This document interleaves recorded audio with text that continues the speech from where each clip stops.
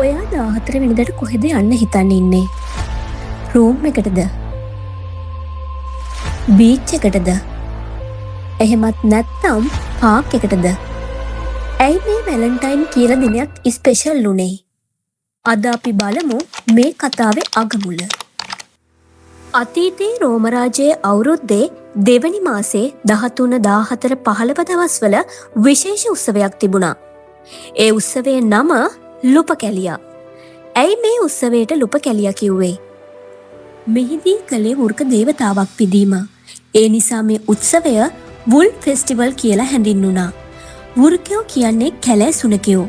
රෝම ජනයාගේ මුල් ආරම්භය ගැන ඔවුන් තුල තිබුණු විශ්වාසයක් නම් වනාන්තරයක අතරමං වුණ දරුවන් දෙදෙනෙකු වෘක දේනුවක් විසින් කිරිපොවලයි තමන්ගේ පරපුර හැදුනේ කියලා. ඒ වෘක දේනුවට කියපු වචනය තමයි ලූපස්. එතනනුයි මේ උත්සවයට ලුපකැලියා යන නම ලැබුණේ. මේක මහා මිලේච්ඡ උත්සවයක්.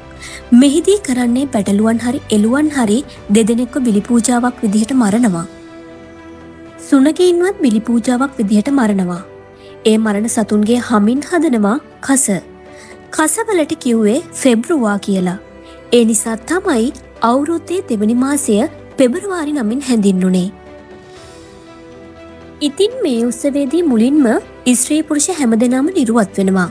පුරුෂයෝ හොඳ හැටියට මත්පැන් බීලා වෙරි වෙනවා. ස්ත්‍රීන්ව පොලිමට හිටවලා පුංචි කොළවල ඒ අයගේ නම් ලියලා තුණ්ඩු හදනවා.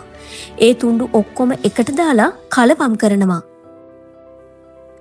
ඊට පස්සේ තුණ්ඩු වලින් අර බීමත් පුරුෂයෝ තුණ්ඩු අර ගන්නවා. ඒ බීමත් පුරුෂයේ තුණ්ඩු වල නම් සඳහන් ස්ත්‍රීන් සමග අර දින 3 කාමසේවනයේ යෙදෙනවා. ස්ත්‍රීන්ට කසවලින් පහර දෙමින් ඉතාමත් සැහැස් ලෙස කාමසේවනයේ යෙදෙනවා. ඔය විදිහට පරපීඩික කාමෙන් යුතු ඉතාම අශීලාචාර උත්සවයක් මේක. ඔය උත්සවයේ තියෙද්දී ක්‍රිස්තු වර්ෂ 3 වෙනි සියවසේ රෝමය පාලනය කළ ක්ලෝඩියස් කියලා අධිරාජ්‍යයෙක්. මේ අධිරාජ්‍යයා විශේෂ නීතියක් දාලා තිබ්බා. විවාහයත් සමග හමුදා සේවයට එක්වන පිරිස අඩුවෙවි යන බියෙන් තරුණයන්ට විවාහ වීම තහනම් කෙරුවා. ඔය කාලේ කිතුන පාදිලිවරයෙක් හොර රහසෙම තරුණ තරුණියන්ව ජෝඩු කරවන කටයුත්තක් කරගෙන ගියා. අවසානයේ මේක ක්ලෝඩියස් අධිරාජයාට අසු වුණාට පස්සේ මේ පාදිලිවරයාට මරණ දඬුවම නියමුණා. පෙබරවාරි 14 තමයි මොහුව හිසකසා දමා ඝාතනය කළේ. මොහුගේ නම වැලන්ටයින්. ඔය සිදුවීමෙන් අවුරුදු 200කට පස්සේ රෝමේ සම්පූර්ණයෙන්ම ක්‍රිස්තියානිකරණයට ලක් වුණා. පස්සේ මේ ඝාතනය කළ පාදිලිවරයාව ආගමික ප්‍රචාරණයට දායක වුණ සාන්තුරයෙකු ලෙස නම් කළා. පෙබරවාරි 14 විශේෂ ලෙසින් සමරන්න පටන් ගත්තා. ඉතින් අර ලුපකැලියා උත්සවයයි මේකයි කලවම් වුණා. ඒ අතරේ තව තිබුණා කාන්තාවන්ගේ ආදරය සැමරීමේ ගැලටීන් කියලා උත්සවයක්. ඒකත් මේකට මිශ්‍ර වුණා. ටික ටික යද්දී මේක වෙළෙන්දන්ට හසු වුණා. වෙළඳ ව්‍යාපාරිකයෝ මේකට ආදරවන්තයින්ගේ දිනය කියලා මහා ප්‍රචාරයක් ඇති කළා. වැලන්ටයින් ලංකාවට පැමිණුණේ 1999 වගේ කාලේ. මේක මේ වෙද්දි කෝටි ගණන් මුදල් හම්බ කරන වාණිජ රැල්ලක්. මේකට විශේෂයෙන්ම ගොදුරු වෙන්නේ තරුණ තරුණියන්. ආදරවන්තයින්ගේ දිනය කියමින් අර සුනකචර්යාවෙන් ගෙවූ දිනයක් සමරන්න පටන් අරන් තරුණ තරුණියන්ගේ ජීවිතවලට මේ වෙනකොටත් මහා විනාශයක් සිදු වෙමින් තිබෙනවා. ඔබ තාම ඉගෙන ගන්න වයසේ කෙනෙක් නම් ඔබේ දෙමව්පියන්ට ද්‍රෝහි වෙලා නිකරුණේ ජීවිතය විනාශ කරගන්න එපා.